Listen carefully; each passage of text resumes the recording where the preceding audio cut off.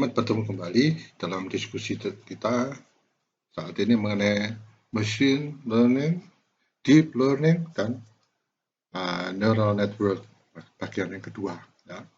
Pembelajaran mesin, pembelajaran yang dalam, ya. Kemudian jaringan saraf. Ya. Ini yang sudah kita diskusikan yang lalu ya, metode pembelajaran mesin, ya, di mana klasifikasi mesin pembelajaran terdiri dari 3 kategori. Ya, yang pertama machine learning, ya, yang diawasi atau supervised. Kemudian yang kedua adalah yaitu machine learning tanpa pengawasan, ya, unsupervised. Apa maksudnya? Pembelajaran tanpa supervisi juga dikenal sebagai Pembelajaran tanpa supervisi dikenal juga sebagai machine learning tanpa pengawasan, ya, menggunakan algoritma pembelajaran mesin untuk menganalisis dan mengelompokkan kumpulan data yang tidak berlabel. Nanti akan kita bicarakan pada waktu kita akan diskusikan apa itu yang tidak berlabel dan berlabel. Algoritma ini menemukan pola tersembunyi atau pengelompokan data tanpa perlu campur tangan manusia, tanpa intervensi manusia, ya. Kemampuannya untuk menemukan persamaan dan perbedaan dalam informasi menjadikan solusi ideal untuk menganalisis data eksplorasi, strategi penjualan silang, ya, segmentasi pelanggan, ya, pengenalan gambar dan pola. Ini juga digunakan untuk mengurai jumlah fitur dalam model melalui proses pengurangan dimensi. Ya. Analisis komponen utama dan dekomposisi nilai tunggal adalah dua pendekatan umum untuk ini. Nah, algoritma lain yang digunakan dalam pembelajaran tanpa pengawasan termasuk jaringan saraf, ya, pengelompokan K-means, ya, K-means itu rata-rata, ya, metode pengelompokan probabilistik, ya, dan masih banyak lagi. Ya. Tadi yang sekarang lagi tren itu ya mengenai bagaimana kita membuat robot, ya. Jadi robot dalam arti bukan bergerak-bergerakan, tetapi robot yang mengawasi, ya. Yang akhir-akhir ini banyak dimanipulasi, ya. Jadi robot untuk menentukan mana yang paling tepat, ya. Dikatakan robot karena dia memikirkan sendiri, ya. Ini loh yang paling tepat untuk Anda pilih misalnya. Pembelajaran semi diawasi, semi supervised learning, ya. Pembelajaran semi diawasi menawarkan media yang menyenangkan antara pembelajaran diawasi dan tidak diawasi. Selama proses, ya, ia menggunakan kumpulan data berlabel yang lebih kecil untuk memandu klasifikasi dan ekstraksi fitur dari kumpulan data yang lebih besar dan tidak berlabel. Pembelajaran semi diawasi, ya, dapat memecahkan masalah tidak cukupnya data berlabel atau tidak mampu memberi label cukup data untuk melatih algoritma pembelajaran terawasi. Ya. Penguatan pembelajaran mesin, reinforced machine learning. Ya, reinforced machine learning adalah model pembelajaran mesin perilaku yang mirip dengan pembelajaran terawasi atau supervised, tetapi algoritma tidak diuji menggunakan data sampel. Proses ini belajar sambil berjalan dengan menggunakan trial and error. Ya. Jadi dilakukan suatu proses, ya. Urutan hasil yang berhasil akan diperkuat untuk mengembangkan rekomendasi atau kebijakan terbaik untuk masalah tertentu. Ya. Sebuah sistem yang baik adalah sistem menggunakan pembelajaran penguatan untuk memutuskan apakah akan menguji jawaban, ya, atau menguji pertanyaannya, ya, kotak mana yang harus dipilih dan berapa banyak yang akan dipertimbangkan. Ini seperti program recording yang saya sebutkan sebelumnya, ya. Akan mahasiswa masukkan KRS, masukkan ke KRS mata kuliahnya itu, ya, langsung diverifikasi, ya, apakah mahasiswa ini apakah mata kuliah ini bersyarat misalnya, ya, apakah mahasiswa ini sudah mengambil mata kuliah ini, ya, sebagai syarat dan sebagainya, ya. Kemudian komputer memutuskan lanjut atau tidak, ya. Kasus penggunaan pembelajaran mesin dunia nyata. Berikut adalah beberapa contoh machine learning yang sering ditemui, yaitu pengenalan suara. Ini juga dikenal sebagai pengenalan secara otomatis, ya, pengenalan suara komputer atau ucapan ke teks, ya, diterjemahkan. Dan itu adalah kemampuan yang menggunakan pemrosesan bahasa alami untuk memproses ucapan manusia ke dalam format tertulis, Ya. Banyak perangkat seluler memasukkan pengenalan suara ke dalam sistem mereka untuk melakukan penulisan suara. Ya. Misalnya Siri ini, kalau nggak salah ini saya nggak tahu ya, di Mac ya, Apple, atau ada akses seputar SMS. Layanan pelanggan, chatbot online menggantikan manusia. Mereka menjawab pertanyaan umum seputar topik seperti pengiriman atau memberikan saran produk, cross-selling atau ukuran yang disarankan untuk pengguna.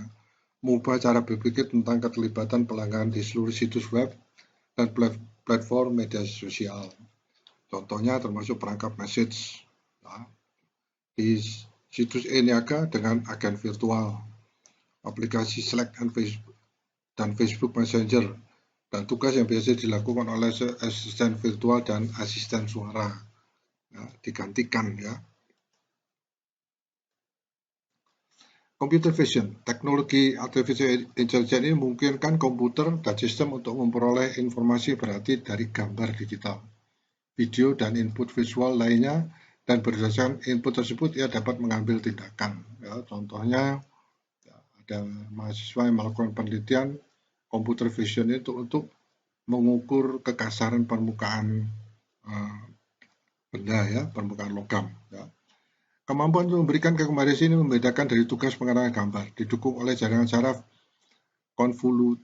konvolusional. Ini saya tidak tahu ya. Computer vision memiliki aplikasi dalam penandaan foto di media sosial, ya, pencitraan radiologi ya, dalam perawatan kesehatan, dan mobil self-driving dalam industri otomotif. Ya. Ya, pencitraan ini ya, foto itu, ya, gambar video. Ya, contohnya yang dipakai oleh Taspen ya.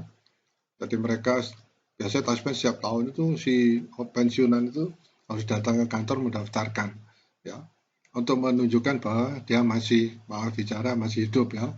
Nah sekarang yang dilakukan adalah verifikasi video. Ya, setiap pensiunan tidak perlu ke kantor lagi, tapi mereka verifikasi ya, misalnya menggelengkan kepala, mengedipkan dan sebagainya ya, sebagai pernyataan bahwa mereka masih hidup. Jadi dana pensiun masih bisa dikirimkan ya. Mesin rekomendasi menggunakan data perilaku konsumsi masa lalu. Ya, algoritma AI dapat membantu menemukan tren data yang dapat digunakan untuk mengembangkan strategi penjualan silang yang lebih efektif. Ini digunakan untuk membuat rekomendasi add-on yang relevan kepada pelanggan selama proses check out untuk pengajar online. Ini contoh ya. Perdagangan saham. Nah, ini yang saya katakan robot tadi ya. Kita awasi bagaimana kita dalam perdagangan saham itu melakukan suatu kegiatan ya. Nah, itu dirancang dalam robot ya.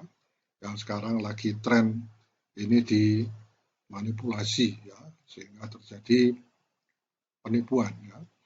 Dirancang untuk mengaktualkan portofolio saham.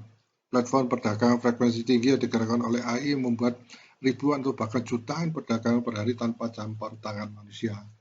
Jadi manusia cuma lihat grafiknya aja. Ya. Tantangan pembelajaran mesin. Ya, seiring kemajuan teknologi pembelajaran mesin, ya, machine learning tentu saja membuat hidup kita lebih mudah. Ya, namun penerapan belajar mesin dalam bisnis juga telah menimbulkan sejumlah masalah etika seputar teknologi artificial intelligence. Beberapa di antaranya adalah singularitas teknologi ya. Sementara topik ini mengumpulkan banyak perhatian publik, banyak peneliti tidak peduli dengan gagasan AI yang melampaui kecerdasan manusia dalam waktu dekat atau segera. Jadi dikatakan melampaui apa? Karena memorinya ya sebenarnya tidak lebih cerdas ya. Memori itu yang memasukkan adalah manusia. Ya. Jadi apa namanya yang disebut dengan library itu ya, big datanya itu manusia yang masukkan. Ya. Nah, komputer itu memang kelebihannya adalah mempunyai speed yang tinggi. Ya. Tentunya untuk komputer yang dibuat speed tinggi. Ini juga disebut sebagai super intelligence yang didefinisikan oleh Nick Bostrom sebagai kecerdasan apapun yang jauh melebihi otak manusia terbaik ya di hampir semua bidang, termasuk kreativitas ilmiah, kebijakan umum, ya, dan keterampilan sosial. Terlepas dari kenyataan bahwa AI yang kuat dan super intelligence tidak akan segera muncul di masyarakat, gagasan itu menimbulkan beberapa pertanyaan menarik saat kita mempertimbangkan penggunaan sistem otonom. teknologi mobil self-driving. Ini pasti melibatkan banyak hal, ya. Baik sosial maupun budaya. Ya. Jadi kalau self-driving bagus dari satu titik ke titik yang lainnya. Tapi apakah dia sudah bisa menyesuaikan dengan katakan tingkah laku manusia ya yang misalnya kurang disiplin, apa tidak akan terjadi kecelakaan. Ya. Tidak realistis untuk berpikir bahwa mobil tanpa mobil tidak akan pernah mengalami kecelakaan mobil. Ya, ini tadi yang saya katakan. Tapi siapa yang bertanggung jawab? Dan bertanggung jawab dalam keadaan seperti itu. Harus kita tetap mengejar kendaraan otonom atau apa kita mengatasi integrasi teknologi ini hanya untuk menciptakan kendaraan semi otonom yang mempromosikan keselamatan di antara pengemudi. Ya. Juri dalam hal ini yang masih belum mengetahui hal ini. Tapi ini adalah jenis perdebatan etis yang terjadi sering seiring berkembangnya teknologi AI yang baru dan inovatif. Ya. Nah, kita lihat di sini ya bahwa AI ini bisa diterapkan, ya tentunya harus mengubah perilaku. Dan itu yang paling sulit. Jadi misalnya, yaitu tadi, ya, memang mobil kita bisa self-driving, ya, tetapi apakah di luar itu bisa menyelesaikan atau tidak? Ya. Dampak AI pada pekerjaan. Sementara banyak persepsi publik berputar kecerdasan buatan berpusat pada kehilangan pekerjaan. Kekhawatiran ini mungkin harus dibingkai ulang. Dengan setiap teknologi baru yang mengganggu, melihat bahwa permintaan pasar untuk peran pekerjaan tertentu bergeser. Misalnya ketika kita melihat industri otomotif, banyak produsen seperti General Motor ya beralih fokus pada produksi kendaraan listrik untuk menyelesaikan inisiatif hijau, ya, seperti energi hijau, lingkungan hijau dan sebagainya. Industri energi tidak akan pergi, tetapi sumber energi bergeser dari ekonomi bahan bakar ke listrik. Kecerdasan buatan harus dilihat dengan cara yang sama, di mana kecerdasan buatan akan menggeser permintaan pekerjaan ke bidang lain. Perlu ada individu untuk membantu mengelola sistem ini seiring pertumbuhan dan perubahan data setiap hari. Masih diperlukan sumber daya untuk mengatasi masalah yang lebih kompleks dalam industri yang kemungkinan besar akan terpengaruh oleh pergeseran permintaan pekerjaan, ya, seperti layanan pelanggaran. Aspek penting dari kecerdasan buatan dan pengaruh terhadap pasar kerja akan membantu transisi individu ke area baru permintaan pasar. Ya. Ya, dengan adanya AI ini, ya tentu sebuah industri misalnya, mereka juga butuh ahli, ya. Tidak berarti bahwa AI diterapkan, terus mereka yang tidak mengerti tentang teknologi AI ini, ya akhirnya menganggap bahwa semua akan berjalan dengan lancar. Nah, jadi ini pengalihan, ya. Jadi manusia, jadi individu harus lebih cerdas, ya. Tetapi sekali lagi berhubungan dengan etika, ya. Privasi ya, privasi ya cenderung dibahas dalam konteks privasi data, perlindungan data dan keamanan data.